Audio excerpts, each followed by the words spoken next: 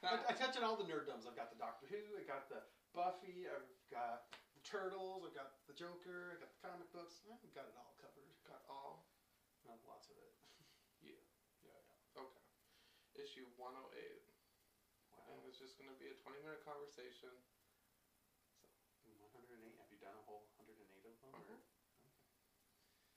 Very cool. You ready? Yeah. Okay. We have a real leader! Yeah!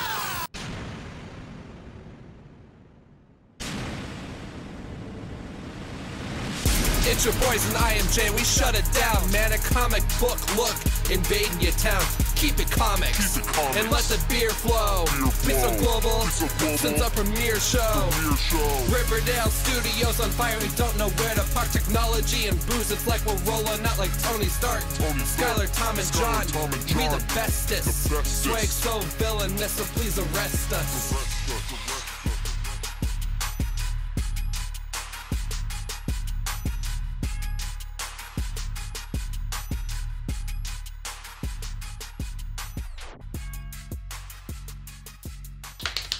Welcome to a comic book look, everyone. It's your weekly comic book show. We talk about anything in the comic book industry. You want it, you got it. My name's Jon, aka Jon Demand. So sexy the way I pimp these issues. Comic book Hugh Hef, comic book Calamity Jane. What? Over here? Tom? Skylar? No. I have Ken rocking with me, you guys. Ken's someone very special. We're celebrating our 3-month. What? Awesome. And we kind of regard ourselves as kind of the Romeo and Juliet of this nerd thing. We make it look so easy. Which one am I? It depends on the day. But you guys, this is Ken Creamer rocking with us here at a comic book look. We are not in the studio. We are not in the missile silo. We're not in Skylar's botanical gardens. We're here in the newly established nerd room. We're going to give you an all-exclusive tour here, later on in the episode and kind of just check it out. And, we got a special announcement coming up, all that good stuff. But, you know what? We're going to just get right into it. Huge week for nerds. Robocop just came out recently. Very good movie. Awesome movie. Remake. You're more well-versed with the old one than I am. I haven't even seen it in its entirety. We'll have to fix bits and pieces. Totally. Yeah, like Ken and I fired it up on Netflix, and I have this thing about we turn something on Netflix, I just conk out. I'm a workaholic, you guys. It's hard. Like, I get off work, I do 8 hours of this, and then I come home, and I read a lot of comics, and I just go to bed. True story. It's a rough life. But I saw the part at the beginning of the old one where the guy gets shot up like crazy. There's no way, this was my mindset going into the movie, there is no way that they're going to take that griminess and that wow factor and take it to the big screen these days, because we G-rate things so much now, we make it so PC. I think that the movie packed a punch and a lot of shock value, because there were parts we were just like, what the fuck? So, Well, one thing I liked about it is that the whole thing is his gun in the remake. It's more of a taser. I mean, he has the option of just disabling or killing in it, whereas in the original it was just a gun and you had no options. Right. But yeah, there may have been a lot less blood and gore from the first one, but there was just as much action and ass kicking as there was in the original. Right. And let's just talk about the cybernetics and man hybrid for a second, right? You take the armor away, what? Lungs in a fishbowl, an esophagus, and a head, and a hand. And that was pretty much it. Wow. I mean, I didn't see that coming. I remember I was like, this is the effects were amazing. I thought it was really good special effects, and they paid homage to the original. Yeah, you were they're dropping lines and stuff. Every time they'd say something from the original, I'd be like, "Oh, they said it!" I'd buy that for $1. That's got to be one of the more iconic lines because you hear it all the time throughout the movie.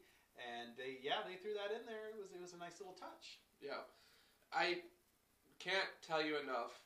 I enjoyed the term robophobic. Robophobic. Are you robophobic? Let us know on YouTube. comicbooklook@gmail.com. I personally am not robophobic. I welcome our robot overlords and masters. Right. I just want to get that out there right now in case they're listening. And of course, you're dating the meat machine. So no, absolutely. So ultimately, you guys, Robocop we were skeptical a little bit, but what a treat. I mean, it really was a fun movie, and that's part of our Valentine's Day was going and seeing Robocop. Absolutely. And I don't know, out of 6 beers, what would you rate it? I would probably give it 5. I was 5 really skeptical going into it. Is it because you're greedy and you always want a beer? Well, that's always true. I want to save one for Fit right myself. in with the I'll give shot. 5 to Robocop. I want to keep one for me. But yeah, going into it, I was skeptical. I'm like, do we really need a Robocop reboot? But yeah, I think we kind of do. We did. And the special effects were awesome. And I like the, with the more modern technology, the internet, the web, the one scene they show a prosthetic hand that moves and the guy plays guitar with it. That was cool. And the thing is, that's actually happening right now. They have prosthetic hands that you can move with your mind by thinking about it. So, Robocop takes place in the future, but it's not that far in the future. Right. And it's just amazing to me that, something like that could possibly be a reality someday. Basically what Ken's trying to say is if you're a crime lord and you're in Detroit, you're fucked in about 5 years. So, yeah. Maybe you should consider relocating, perhaps. Yeah, you don't want to be around Detroit. Right, don't be around Detroit. So, yeah, ultimately, I'm right with you. I'll probably give it a 5 out of 6 as well. I mean, I personally wanted more machine-on-machine action, which sounds kind of pervy when I say it that way. But you know what I mean. Yeah. There'll be a sequel. But, I mean, this wasn't Terminator, Rise of the Machines, or any of that crap, and I don't know. I mean, I really did think it held its own. I thought the attendance was incredibly poor for a movie like that because the Lego Movie came out. I can't knock that one, but I'm just saying, when people are dying to go see that, but then you got Robocop, which is just a staple of kick-assery. It's just kind of like that Judge Dredd movie. That was really awesome. People slept on that like crazy. Oh yeah, I don't get it. I don't get it. Whatever. It was definitely worth it, and there was lots of, like I said, homage paid to the original. They did at one point in time show the original suit, and then they changed it. And I'm like, the way they did it, I thought it was really well done. And it was more. There was more backstory and drama to it than just action. It wasn't just like the original was, boom, kick ass, guy's dead. Now he's a robot, more kick-ass. This one had a little more with the wife and the son, and and I think it added to the story. This would be a movie I would buy when it came out, and I would go see the sequel if it gets made. Definitely. And of course, shout out to Sweden. Oh yeah. The main actor was from Sweden, and yeah, he did really good. I was really impressed, and Michael Keaton did an excellent job. Samuel L. Jackson also. Yeah. I can't think of his name, but he played Rorschach in The Watchmen. He did a wonderful job as the kind of antagonist of Robocop, and that was really good too. So, all in all, it was definitely worth it. Well, we'll just keep trucking along here. One thing I did want to show before we hit the books really quick is Ken tends to spoil me with gifts of nerd awesomeness, and this just happens to be one of them. So, I got a few prints a long time ago from this guy, Kevin Eastlinger. They're actually surrounding us here. These are all Ken's, and you'll see them a little bit later on in the episode. But Ken actually surprised me with one for Valentine's Day, and there's nothing that says I love you more than a Wolverine badass splatter print. Very grimy. We got a metallic frame today at Michael's, so I just need to pop that in there. And then that'll be going in my nerd room coming up. So I look forward to seeing that. It'll be amazing. So, thank you. You're welcome. Well, let's hit the books. Okay. We have very different stuff here, you guys. I'm rocking all Marvel, I think, today. Ken's got some interesting stuff going on over here that I haven't read, and he's just kind of on a mission of his own. I'm going to actually let him justify. If you want to go over like the first 1 or 2 books, go for it. Absolutely.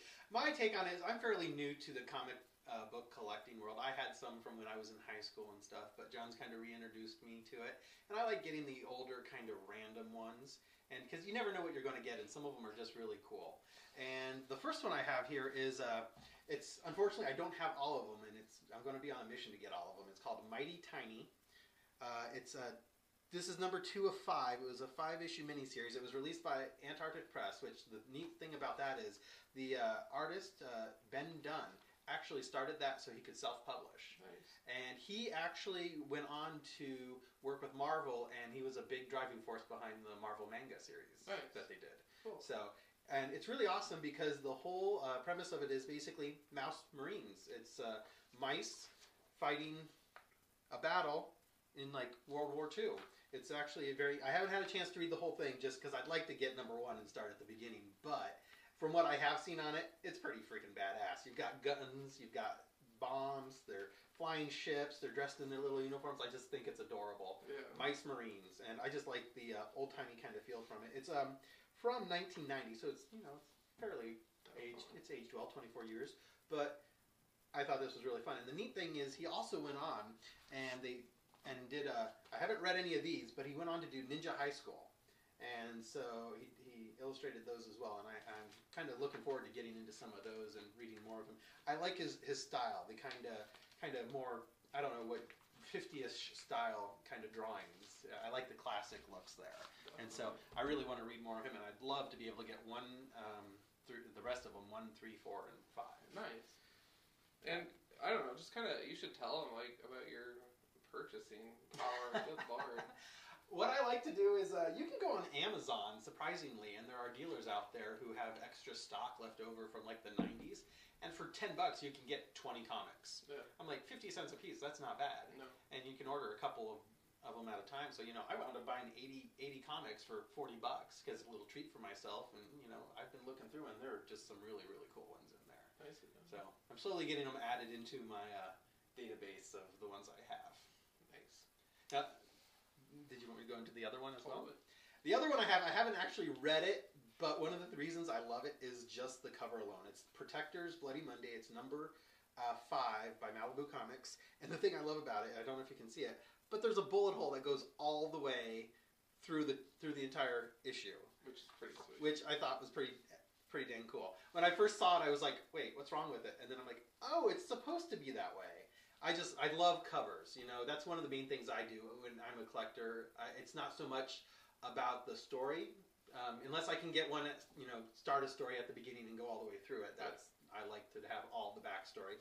I'm more about like the art and the stuff that goes into it, the illustrations, the inking, all of that, and just the cooler the cover, the better for me. And that one's just awesome. That's awesome. Alright. Well, I picked up a mountain of comics, you guys, this weekend, but I'm actually just going to keep this pretty brief as one can, I guess. Marvel, I'm not happy with you, Marvel Comics. All these number 1 issues that you're putting out, first of all, are going to make a fanboy go broke. Alright?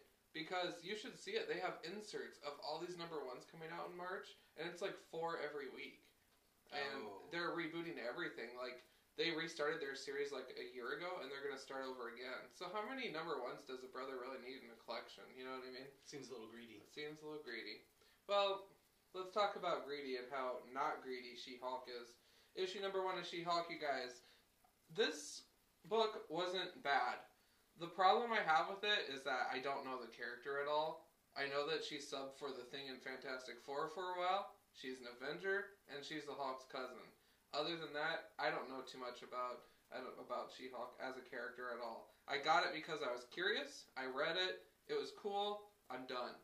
I mean, I can't justify spending more and more money on books that don't really impact me as a reader. So I wanted to give it a try. I actually got in touch with a longtime She-Hulk fan of 35 years. He blew me up on Twitter, and he was just like, yeah, I'm curious to check it out. And I was like, sweet, let me know how it treats you. And he got back to me and said he liked it a lot, and I'm like, awesome. So if you're a She-Hulk fan or you want to get to know the character, check it out. For me, ongoing as a series, absolutely not. Only for budgetary purposes. If I win the lotto, then obviously I'll just buy a big share of Marvel anyway, so. There you go. God, I'd give that probably a 4 out of 6 beers. Next, number 1, I will also not be continuing this one, but I was curious about it. Winter Soldier. We got, Captain America coming up with the Winter Soldier in it, so naturally, a guy's going to be curious, One thing I did notice is that with this one, the comic shop way overbought. Because we went on Saturday or Friday. We went on Friday. And there were still 3 rows deep of this comic. And that just means that Wednesday didn't go so well for first sales. So, artwork was sick. It was fun. It was cool. The book personally didn't do a lot for me. I don't get into the S.H.I.E.L.D. side of Marvel, which is why I don't even watch the S.H.I.E.L.D. show. If you are into that, check it out. If you're into Captain America and you want to see a different side of that Captain America check it out. For me, potato. I'm not going to go out of my way for it anymore. I'd probably give this one a 3 out of 6. It wasn't like earth-shattering for me or anything like that. Shame on me for buying it. No. Shame. Up next, Revolutionary War Death's Head 2. Okay. So, I don't know Death's Head as a character at all, right? So, the Revolutionary War event, I think I told you about this maybe once, I don't know. The Marvel UK is its own set of characters. So, that whole set of characters is under constant assault right now by demonic techie zombies kind of things, I guess. And we're meeting all these characters. Captain Britain, Union Jack. Now Death's Head is Captain Britain's arch nemesis, and there's a 1 and a 2 because he upgraded himself. Interesting character. The first version's very polite, the second version's kind of meh. Ultimately, I have never met this character. I would not go out of my way to research this character anymore, but I learned something new, so I'm going to give it a 2 out of 6 for sure. Why do I keep buying these Revolutionary War books? Because I'm only 4 out of 8 in right now, is because it's just a new side of the Marvel U. Maybe I'll fall in love with something. I just can't really say that I have yet. I do want to check out the UK. Definitely. Yeah, I think that would be it's a fun twist, but I haven't met anybody yet, but we'll see. Last but not least, you guys, all new X-Men, issue 23. First of all, this series is coming out like twice a month. I don't know how I feel about that. The other thing I don't like is that we're doing the split of this event, the trial of Jean Grey, right? First of all, the whole appeal of this book is Jean Grey, but the problem that I have is issue 22 was part 1 of this event. Part 2 is in Guardians of the Galaxy. I don't collect Guardians of the Galaxy. I don't really intend to collect Guardians of the Galaxy. You know what I mean?